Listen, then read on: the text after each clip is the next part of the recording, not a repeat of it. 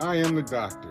Today, my patient is going to be a Mercedes, 2012 Mercedes. Now we're going to be changing the alternator out of it. They're having issues.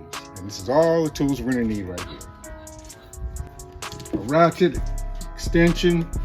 We're going to need a T30, 10 millimeter, needle nose, flathead screwdriver, and a 12 point right there. And of course, we got the alternator.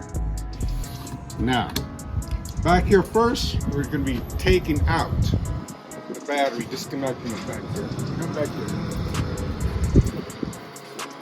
When you change an alternator, you never want to have the battery installed. The battery's back here. Now, this is where it is right here. Back at the back. You have to see, disconnect this, which I already did. Pop it out. There we go. There it is right there. It's disconnected now. So I disconnected from right there. Now we can start.